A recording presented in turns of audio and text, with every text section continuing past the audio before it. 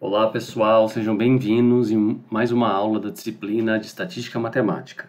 Bom, então na última aula a gente conversou um pouco sobre conceitos básicos da teoria da probabilidade, né? Como a ideia dos experimentos aleatórios, né? Que estão associados aos fenômenos aleatórios, né? Que nada mais é do que um tipo de experimento que, realizado sobre as mesmas condições, pode produzir resultados diferentes, né? Então, bom, a partir daí, né, a partir dessa ideia, a gente pode constituir então o conjunto de todos os resultados possíveis desse experimento aleatório, né, para que a gente possa estudar aí, a gente possa então quantificar essa incerteza, né, que é produzida a partir da gente não ter ideia de qual é o próximo resultado de um experimento aleatório, né?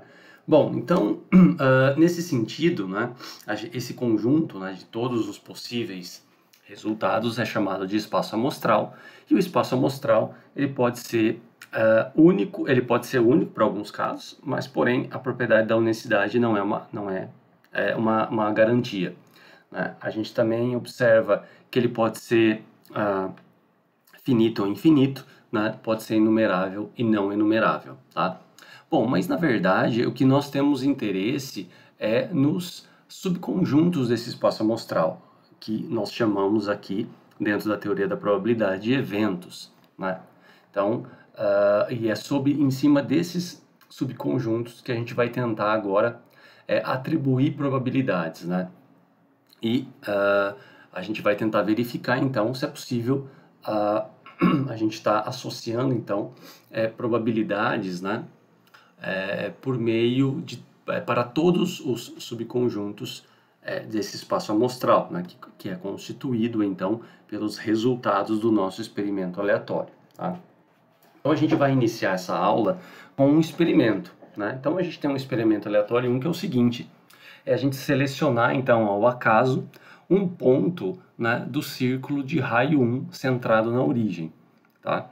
Então a gente tem lá um círculo unitário, né, centrado ali na origem, e a gente pode selecionar, né, de forma aleatória um ponto ali, tá? Então esse é o nosso experimento aleatório. Então a gente pode imaginar que nós possamos determinar aí infinitos pontos, não é? Bom, então como que é o nosso, qual é o nosso espaço amostral então? Qual é aquele conjunto que possui todos os possíveis resultados a partir desse tipo de experimento? Então, o nosso espaço amostral é o próprio círculo unitário, que pode ser descrito matematicamente dessa forma, né? Será, então, um par XY, né, que pertence ao R2, de tal forma que x quadrado mais y quadrado é menor ou igual a 1, né? Então, isso aí nos dará, então, o círculo unitário. E agora vamos tentar listar quais são os subconjuntos, né, pode ter vários, evidentemente, desse tipo de conjunto, tá? Desse tipo de espaço amostral, né? Então, algo que a gente pode notar é o seguinte, né? Então, a gente pode selecionar aí vários eventos. Um deles, por exemplo, o evento A, associado à distância entre o ponto selecionado e a origem, né, ser menor ou igual a meio, tá? Então, você tem lá o círculo, né? Você tem a origem dele, o 0, 0, e a ideia é a gente selecionar um ponto cuja distância aí seja menor ou igual a meio, tá? Outro evento que a gente poderia listar é esse daqui, né? Que a distância entre o ponto selecionado e a origem é maior do que 15, tá? Né? É possível a gente propor um evento assim? Não tem problema algum, tá? E um terceiro, né, para a gente não estender muito, é o seguinte, que a primeira coordenada do ponto selecionado seja maior do que a segunda, ou seja, né, então, nesse sentido aqui, né, a gente está querendo que um ponto que for selecionado lá dentro desse círculo unitário, sempre a primeira coordenada ser maior do que a segunda, tá? Então essa é a ideia. Então vamos pensar um pouco como que ficaria de forma geométrica, tá? Como que ficaria então esse primeiro evento aqui, né? O evento A. Tá? Então aqui tem duas figuras. Se a gente olhar para a figura aqui da esquerda, né, esse daqui, então a gente vê aqui um círculo, tá? Um círculo especificando aqui de raio 1, né? Nós temos esse círculo maior, tá? Então esse daqui é o nosso espaço amostral. E o que seria o círculo menor aqui, que tem essa área, né, com uma cor meio verde aqui associada, tá? Esse círculo aqui seria justamente o evento A, porque se a gente tomar, então, a gente está tomando aqui que a distância, né? A distância que vai de 0 até um ponto, e aqui a gente está pensando na distância euclidiana, tá? Que vai de 0 até um ponto, ela é menor ou igual a meio, né? Então, ou seja, será toda essa área aqui, né, preenchida de verde, tá? Essa área representa, então, o evento A, né? Por outro lado, o evento B, a gente nem precisa fazer, né? Porque imagina que o círculo aqui, né? Esse círculo maior, que é o nosso espaço amostral, o raio, né? A distância da origem até o círculo, né? É sempre 1, tá? Aqui é 1, por exemplo, no máximo vai ser 1, né? Então, não tem como a gente obter, então, essa distância ser maior ou igual a 15, né? Ou seja, então, o evento B é um evento impossível, né, de se acontecer, ou seja, ele é um evento vazio, ele seria vazio, né, a representação, então, para esse conjunto aí. E se a gente for pensar agora no evento C, ou seja, a primeira coordenada do ponto é maior do que a segunda desse ponto que foi selecionado de forma aleatória, né? Então, ou seja, a gente está querendo, né, se a gente tomar então esse espaço amostral aqui, a gente está querendo que x sempre seja maior do que y, né? Essa aqui é a ideia aqui. Então, x é maior do que y. Ora, então observe o seguinte, né? Se você tomar aqui esse quadrante aqui embaixo, né? A gente poderia dizer o quarto quadrante, né? Pensando aqui do círculo. Bom, esse quarto quadrante já corresponde a isso, né? Isso a gente sabe. Porque, ó, aqui sempre o x, né? Os valores de x da primeira coordenada serão positivos, né? E aqui, né, serão negativos, né? Supondo aqui a origem no 0, 0, tá? Então, isso aqui, sem dúvida, né? A gente pode chegar num ponto, né? A gente pode determinar aqui com uma angulação em que nesse ponto aqui, tá? Exatamente nesse ponto, a gente vai ter que a coordenada será exatamente igual, né? A coordenada do x será exatamente igual à coordenada do y, né? Nesse ponto, nessa angulação aqui, tá? Então, bom, então o que você observa? Que acima, né, se a gente aumentar um pouquinho esse ponto, né, se tomar um ponto aqui, ó, isso aqui já não vai ser mais verdade, né? A gente vai ter, então, o quê? A gente vai ter que o y, né, por exemplo, se tomar um ponto aqui, ó, o y é maior do que o x, né? Vamos dizer, nesse setor aqui em branco. Então, até esse ponto aqui, né, então a gente observa aqui com essa angulação, tá? Né? Essa aqui a gente tem 90 graus, aqui seria o 45 graus aí, então você vai obter uma situação igual a essa, tá? Então, ou seja, desse ponto para cá, né? Então, assim, se você tomar um ponto no círculo para cá, né? A gente vai obter, então, sempre o x maior que y. E o mesmo vale para o outro lado, né? A gente pode rebater para esse lado, então essa área também compreende essa ideia. Então, se a gente tomar essa reta, né, que seria aqui a bissetriz, né, então a gente observa que essa área que está achurada aqui em verde representa a área em que a primeira coordenada é maior do que a segunda, ou seja, o x é maior do que o y. Então, o evento C estaria justamente nessa área aqui, tá? Estaria acomodado nessa área em verde, né? Então, ou seja, dessa maneira, né, se a gente tomar um elemento W, né, se a gente supor que W, que é um par, né, XY, é um resultado desse experimento aleatório, então o que a gente pode dizer? A gente diz que W será favorável ao evento A se somente se essa condição é apresentada, né? Ou seja, x² mais y² é menor ou igual a 1/4. Ou a gente poderia pensar a raiz, né? A raiz quadrada de x² mais y² é menor ou igual a meio, aí pensando já na distância, tá? Né? E também, se a gente tomar, se a gente supor aí um W, um resultado do experimento, e ele será favorável ao evento C, se só C, né, essa condição acontece, né? O x é maior que y. Porém, a gente observa que nenhum resultado é favorável ao evento B, né, porque não tem a distância aí sendo maior do que 15, maior ou igual. Então a gente poderia representar então esses eventos matematicamente dessa maneira, né? É uma outra forma de estar representando, tá? Então algo que é interessante anotar. Observe que esse espaço amostral ômega é um espaço amostral não enumerável, né? Que a gente pode ter infinitos pontos dentro desse círculo aqui. Tá? Então, é um espaço amostral não enumerável, né, infinito. Tá? Então, é muito comum a gente trabalhar com espaços amostrais infinitos, não enumeráveis. Né? Isso a gente vai ver muito dentro dessa disciplina, dessa parte da disciplina da teoria da probabilidade. Tá? Bom, então aqui a gente vai listar algumas definições importantes que a gente vai acabar utilizando ao longo da disciplina. Tá? Então, tem uma definição 2, né, que a gente diz que, sendo o ômega, então, um espaço amostral associado a um experimento epsilon, né, e considerando, então, um evento A, né, a gente diz que quando A é igual ao próprio ômega, isso significa que é o evento certo. Tá? Então, o ômega, além do espaço amostral, ele pode ser descrito, pode ser representado como evento certo.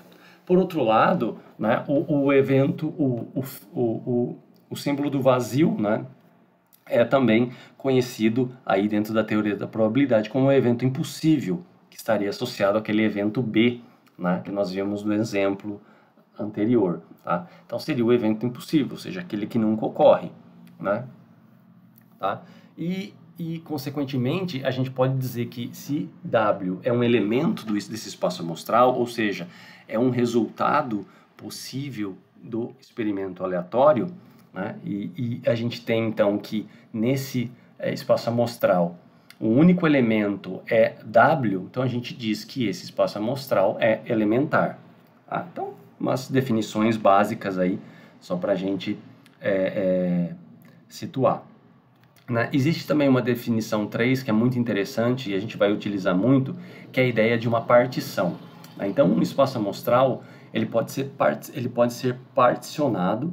Né? E o que é uma partição? Uma partição, que a gente denota por π aqui, né? Sendo AI, né? E pertencente aos naturais, né?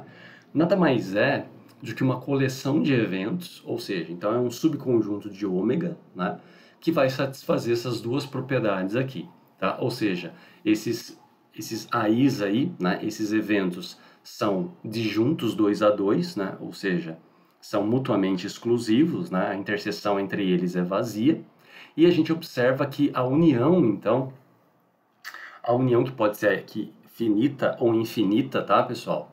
Então, a união finita ou infinita, a união desses eventos é justamente o próprio espaço amostral. Tá? Então, se isso ocorre, né, se a gente observa eventos ali dentro do espaço amostral que possuem essas duas propriedades, então a gente diz que o espaço amostral pode ser, então, pode ser particionado. Né? Então, ou seja, essa coleção aqui de eventos forma uma partição do espaço amostral. Tá?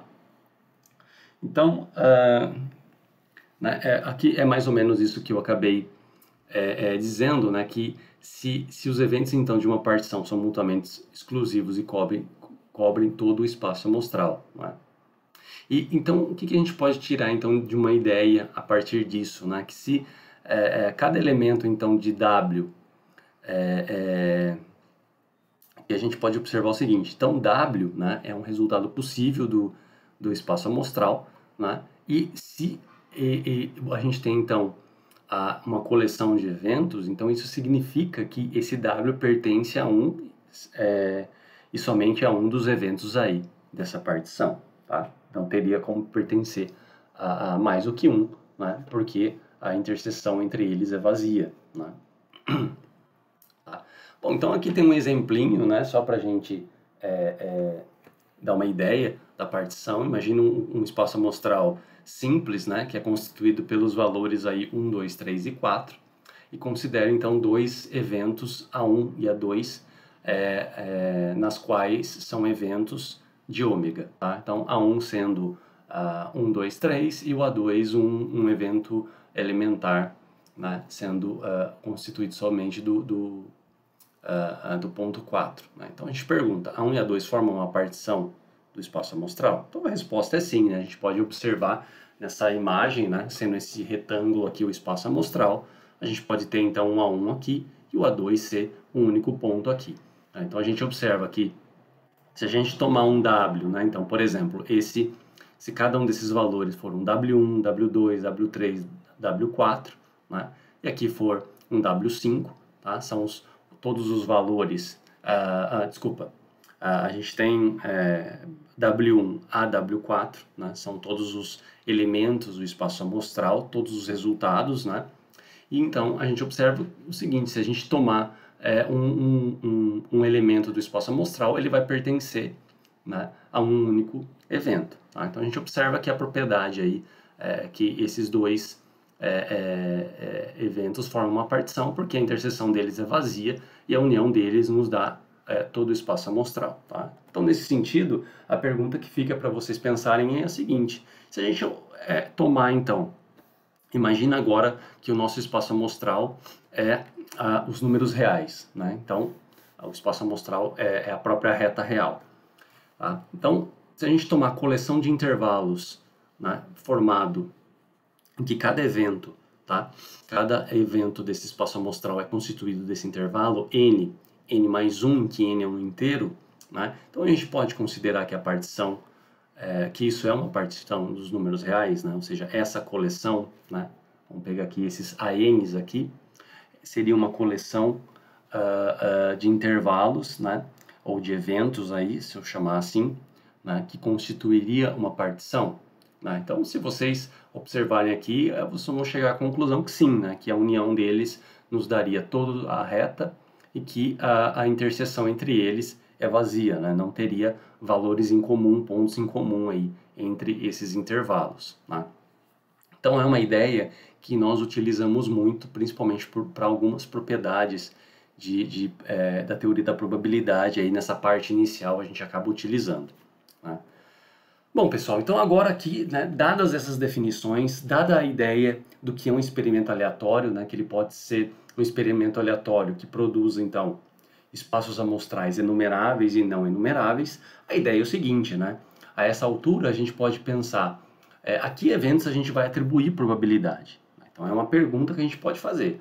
Ou, melhor reformulando, nós podemos atribuir probabilidades a todo subconjunto, né, do espaço amostral?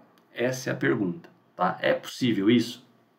Né? Então, o que acontece? Então, vamos imaginar o seguinte, né? Quando a gente estudou lá na aula passada aqueles experimentos mais simples, como, por exemplo, lançar um dado equilibrado, né, um dado honesto, e a gente considerar um evento qualquer ali, né, A, né? Então, acho que fica claro, é evidente aí que a gente pode atribuir, né, probabilidade para todo A, né, para todo evento A que a gente considerar ali. Ou seja, todos os resultados, né, se a gente tomar todos os resultados possíveis, todos os elementos desse espaço amostral, é possível, né, a gente atribuir uma probabilidade para ele. Né? Ou melhor dizendo, se a gente tomar, por exemplo, o conjunto das partes, né, nesse caso seria 2 elevado a n, né, 2 elevado ao número de elementos, né? Então, se a gente está pensando num dado equilibrado, a gente teria 2 elevado a 6, nós teríamos 64 elementos possíveis, né? Combinações possíveis. E é possível atribuir probabilidades até ele? Sim, é possível. Né? Então, assim, se a gente pensar a partir, né, de um evento qualquer, tá? Então, por exemplo, o A é um evento qualquer dentro do espaço amostral, que significa que são os resultados das faces dos dados, do dado, né, que foi jogado. Então, a gente poderia definir então, uma ideia de probabilidade dessa maneira. Né? Então, a probabilidade desse evento A nada mais é do que uma razão. Né? É uma razão, então, entre o número de resultados favoráveis a esse evento A, né? Ou seja, e ser favorável a um evento, né, seria algo neste sentido, né, é que o resultado pertença, então, ao conjunto ou ao evento A, né, o resultado pertence a esse evento A, tá? Sobre o quê? Sobre o número de resultados possíveis, né, sobre o total de resultados possíveis, tá? Que seria o quê? Todo o espaço amostral, né? Então, você teria aqui, nesse sentido, os elementos favoráveis a A, né? Independente, daí depende, claro, quem é A, sobre 6, porque 6 são todas as possibilidades, né? Pode sair a face 1, a face 2, a face 3, 4, 5, 6, assim vai embora, tá? Então, esse tipo de probabilidade, né, ela foi constituída lá nos jogos de azar entre o século 17 e 18, né, e foi formalizada ali por vários matemáticos, né, e principalmente ali pelo Laplace, e muito utilizada. Essa ideia de probabilidade foi muito utilizada até mais ou menos meados do século 19, que é a chamada aí a definição clássica de probabilidade, né, como a grande maioria das pessoas conhecem, né? Você tem interesse em saber qual é o quanto que você espera, né, que esse evento ocorra, né, qual é a chance de ele ocorrer, né, quão provável dele ocorrer sobre um total de possibilidades aí. Então é uma parte sobre o todo, né? Então faz sentido a probabilidade ser descrita como uma razão, e também a gente observa que a probabilidade é uma razão, né, em que o numerador sempre é menor, né, que o denominador, no máximo seria igual. Então a gente observa que os valores de probabilidade estão associados então a um número que vai de 0 a 1. Né? Então probabilidade é um número que vai de 0 a 1. Tá? Algo importante dentro dessa definição de probabilidade é o seguinte, que a definição clássica, então, em geral, ela é associada a, a, a espaços amostrais finitos, né? Porque pensa só, se não for finito, o que acontece? Como que faz com isso daqui, né? Imagina, você está dividindo então um número, né, que é uma quantidade de resultados favoráveis a A, por um número infinito, né, o que tende a infinito. Então, ou seja, cada probabilidade tende a zero. É uma pergunta, então, parece um pouco estranho, né? E a gente já pode começar a pensar como que a gente vai superar esse problema, né? Como que a gente pode superar o problema de quando o espaço amostral for infinito, né? Porque dá a impressão de que se o espaço amostral é infinito, né? Imagina que ao invés de a gente tomar aqui o nosso espaço amostral for 1, 2, 3, 4, 5, 6, imagina que o nosso espaço amostral seja o conjunto dos números naturais. Tá? Então, qual seria a probabilidade de você, de um evento A dentro desse espaço amostral? Seria zero, já que você tem infinitos valores possíveis, né? Então é algo que a gente precisa pensar um pouco quando tratar de espaços amostrais infinitos, né? Bom, mas a grande importância que se dá dentro da probabilidade clássica é essa propriedade de que os resultados, né, do experimento aleatório associado, né, a esse espaço amostral são resultados equiprováveis, ou seja, que possuem a mesma chance de ocorrer. Então isso é um fato, né? Quando você toma um dado, não importa qual é o resultado que saia, sempre é a mesma chance de estar ocorrendo, né? Ou seja, nisso a gente poderia definir sempre a mesma probabilidade, né? Então, se saiu 1, é 1 sobre 6, se saiu 5, é 1 sobre 6, se saiu o 4, é 1 sobre 6, né? Então, ou seja, qualquer resultado desse experimento, né, se a gente tomar um WI aí, I indo de 1 a 6, qualquer resultado, qualquer probabilidade do WI, né, será um sexto, né, para qualquer WI que pertence aí a ômega, né? Então é uma característica da probabilidade clássica, tá? Que os seus resultados sejam equiprováveis, né? E se os resultados do experimento aleatório são equiprováveis, a gente garante também que o ômega é equiprovável, né? Então é um espaço amostral equiprovável, né? Ou seja, que tem a probabilidade dos seus eventos, né, ocorrerem é a mesma. Tá? tá? Isso é uma característica da probabilidade clássica.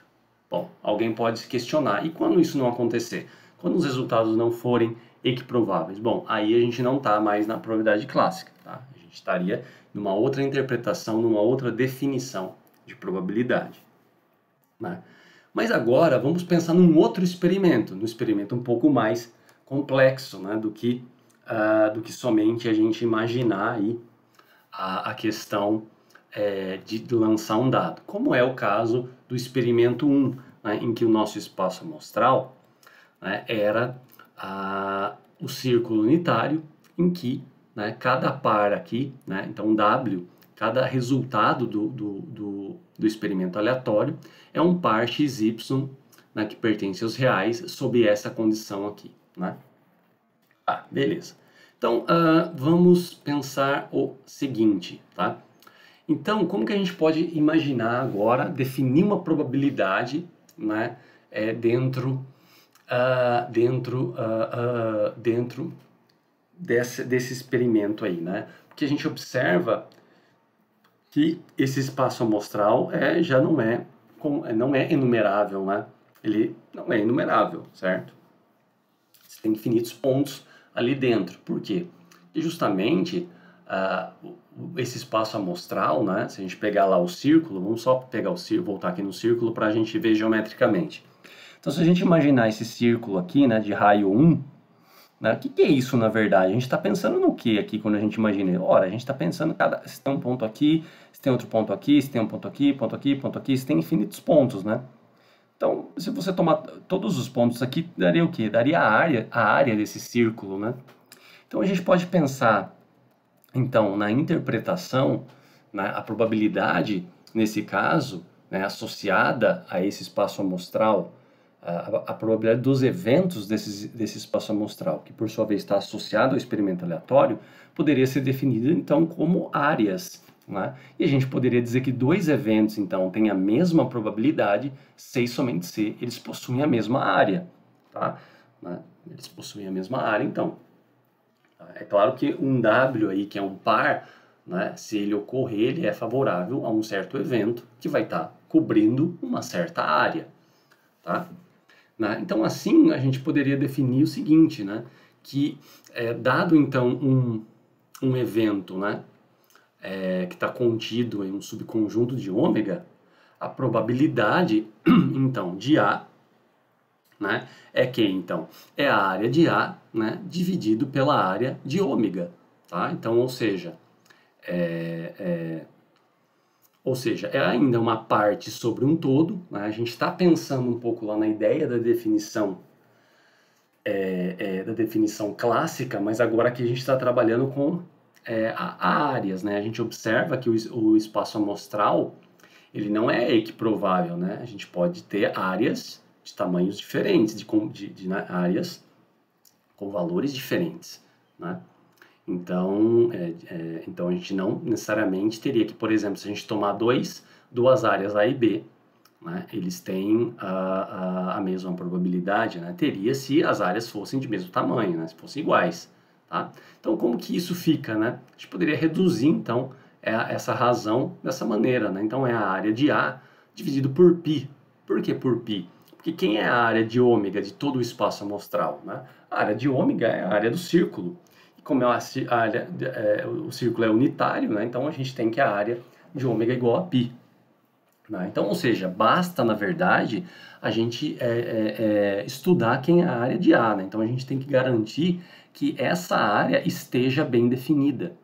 Porque é evidente que se não estiver bem definida, né, não é possível calcular essa probabilidade, né? Então, essa interpretação foi designada como interpretação geométrica de probabilidades, né? Então, ou seja, é uma extensão aí da probabilidade, da definição clássica, né, da probabilidade clássica, porque você está trabalhando com uma parte sobre um todo, né? Porém, agora a gente observa que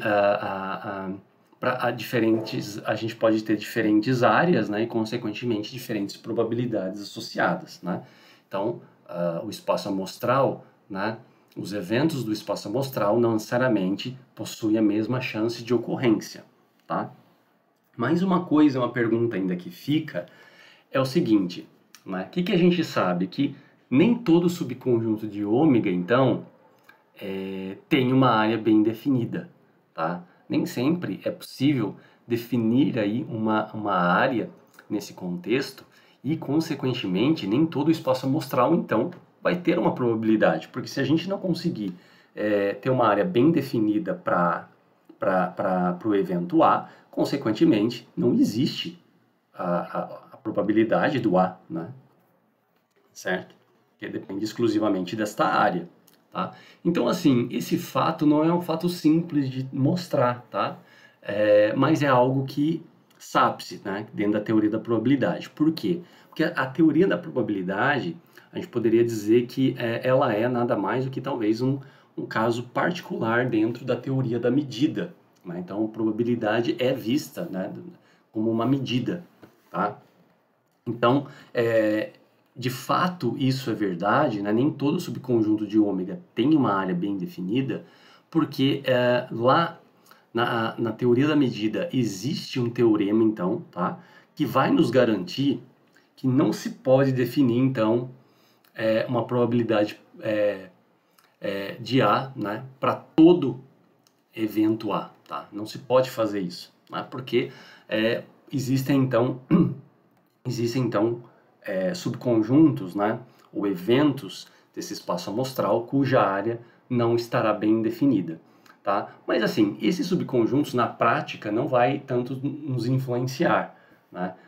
Na prática, na prática, se a gente pensar, né, uma área que não esteja bem definida, né, não vai, talvez a gente poderia considerar que isso teria probabilidade zero, né? Então, é, é, é, então, consequentemente, isso não ia mudar muita coisa, né, para nós, tá? Mas é importante a gente observar esse fato, porque, né, então, o que significa isso, né? Significa que a gente não pode, nem todo evento, nem todo subconjunto de ômega é possível, é passível de ser atribuído uma probabilidade, né? Nem todo, né? Então a gente não pode estar considerando todo subconjunto de ômega sempre, né? Né? Então, bom, assim, tá? A gente vai entrar um pouco mais nessa ideia daqui a pouco, tá? Então, assim, em outras palavras, né, o que a gente pode pensar, né? A gente não pode estender, então, essa definição para todo evento, é isso que eu quero dizer. Porque existem certos axiomas, né, que a gente vai ver a formalização da teoria da probabilidade, né? Em que esses axiomas que são chamados ali que serão chamados de axiomas de probabilidade ou axiomas de Kolmogorov, né, devido a um, a um matemático e probabilista russo do século XX, né, do início do século XX, tá, Andrei Kolmogorov, que propôs certos axiomas que nos deu a base axiomática, né, da teoria da probabilidade.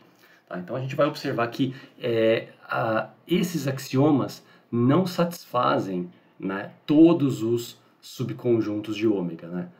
Tá? Então não é possível fazer essa extensão. E justamente esse teorema da teoria da medida, né, acontece que se a gente supor, por exemplo, que nós pudéssemos atribuir probabilidade para todo subconjunto de ômega, vai chegar num momento na demonstração, né, que o fato vai depender então de um axioma chamado axioma da escolha, e a partir daí a gente, né, a gente chega em certas contradições e observa-se que não é possível então atribuir todos os probabilidades a todos os eventos, tá? Então assim, mais detalhes dessas ideias, né, estão lá dentro da ideia do que é uma medida, né? Existem alguns vídeos no YouTube também, tá? Sobre essas ideias, né? Principalmente vídeos disponibilizados no INPA, né? Sobre a teoria da probabilidade, em que tem um curso inteiro, né? De forma a teoria da probabilidade vista sobre a teoria da medida, né? Então, mais formalizada aí, dentro já é uma área chamada da teoria da probabilidade, probabilidade avançada, né? Em que você estuda todas as propriedades e as formalizações da teoria da probabilidade baseada mesmo nos resultados da teoria da medida, né? Então, que isso pode ser demonstrado lá, tá? Como não é o escopo dessa disciplina, eu só tento aí, então, dar uma ideia para vocês, né? Então, nesse sentido, né, o que a gente pode concluir disso? Que só vai fazer sentido aqui a gente atribuir probabilidade aos eventos cuja área estiver bem definida. Então, aqueles eventos, aqueles conjuntos que estão contidos no espaço amostral e que não possuem áreas bem definidas, isso a gente não vai atribuir probabilidades, né? Então, assim, pessoal, bom, tá, mas como que a gente vai saber, né? Como que a gente vai saber que dentro de um espaço amostral, né? Como que a gente vai saber quais são aqueles subconjuntos nas quais a gente não pode atribuir probabilidade? Então, primeiro assim, né, observa que quando o espaço amostral ele é finito ou ele é enumerável, quando ele é finito enumerável, como foi o caso, por exemplo, no meu caso de lançar um dado, né, ou uma moeda, ou 2 dados, e assim sucessivamente, a gente pode então estar calculando sem problemas. Como a gente pode listar todos os eventos, né, então a gente pode calcular probabilidades sobre eles, tá? Sobre todos, sem problema algum, né? Basta a gente observar, estudar, por exemplo, o conjunto das partes, né? Que são todas as combinações possíveis aí, né? desses resultados aí, a gente pode acabar atribuindo probabilidades a isso, tá? Mas quando a gente vem então para espaços amostrais que não são enumeráveis, aí a gente já tem que considerar né, ou considerar ou pensar quem são esses eventos. Então, na verdade, a gente vai estar interessado agora no quê? Em uma coleção ou numa classe de subconjuntos de ômega, né? Então, a gente está interessado num conjunto que contém subconjuntos de ômega, ou seja, que contém eventos nas quais é possível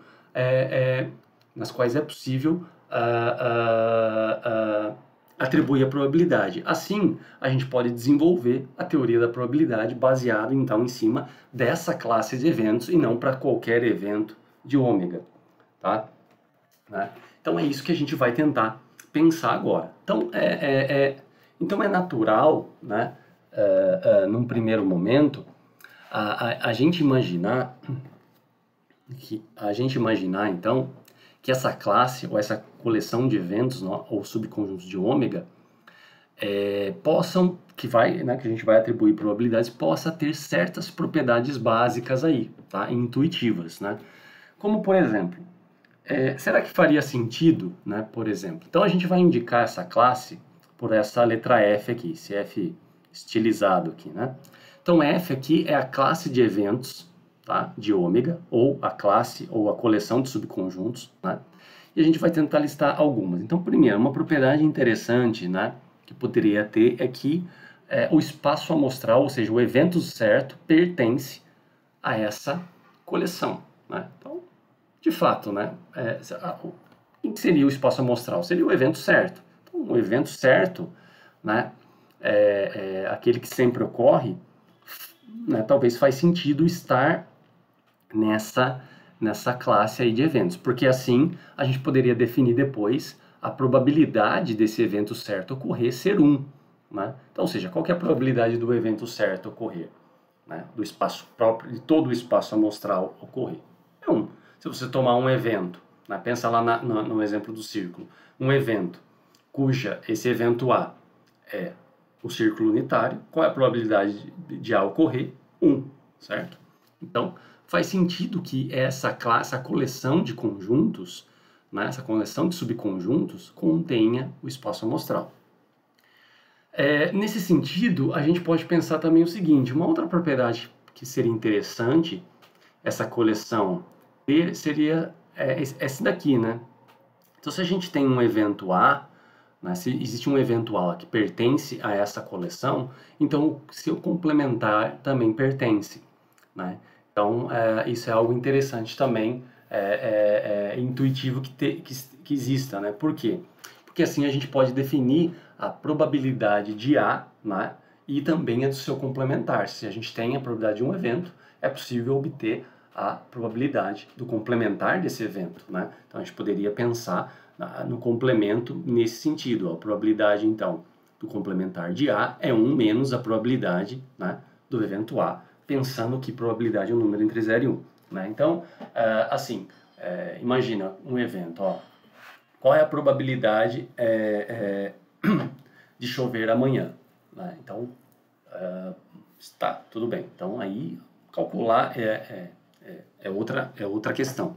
Mas a gente poderia pensar o seguinte, né? Olha, qual é o meu evento? Chover amanhã. Qual é o complementar de chover amanhã? Não chover amanhã. Então, faz sentido, né? A gente consiga atribuir probabilidades ao evento complementar. Mas, para a gente conseguir atribuir probabilidades ao evento complementar, faz a necessidade, então, do evento complementar pertencer, então, a essa coleção, né, de eventos. Tá? E o último também que possa fazer sentido, uma terceira propriedade, é essa daqui, ó. Né? Então, por exemplo, se a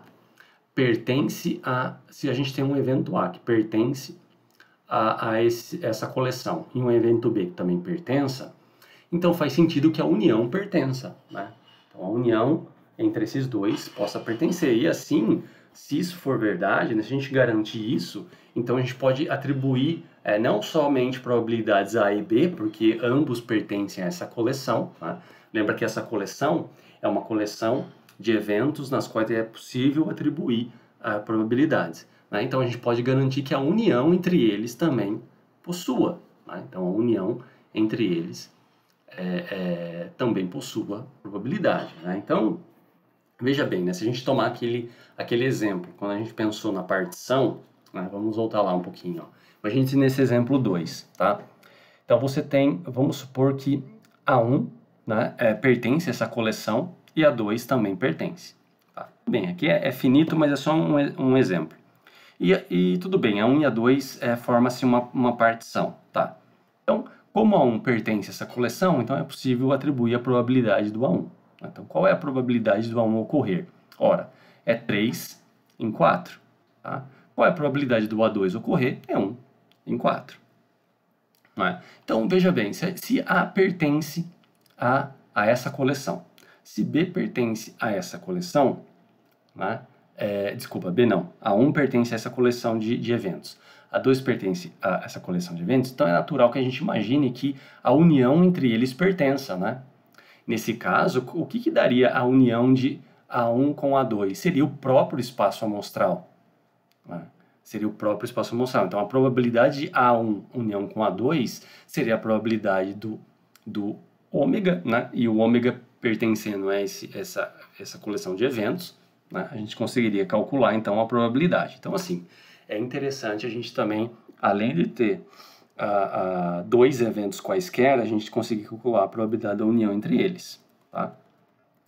Então, assim, então a ideia é a gente tentar... Então, a ideia é justamente essa.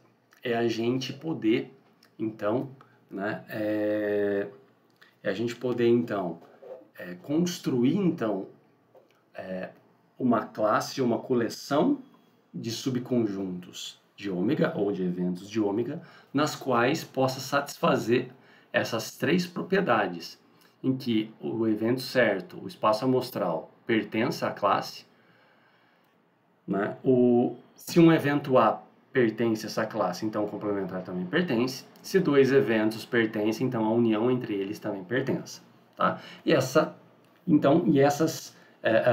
classe, né, a partir dessas três condições aí, né, essas três propriedades aí, né, surge então uma definição 4, que é a seguinte, né?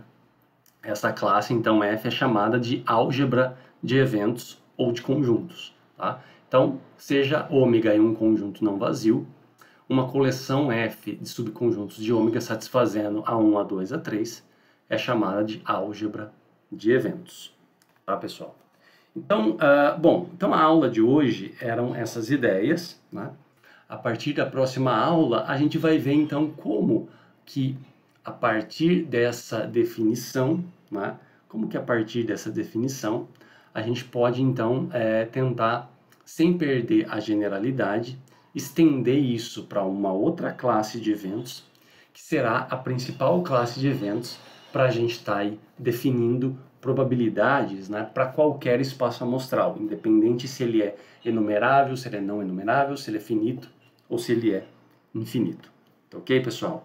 Então, a aula de hoje se encerra aqui. Até a próxima!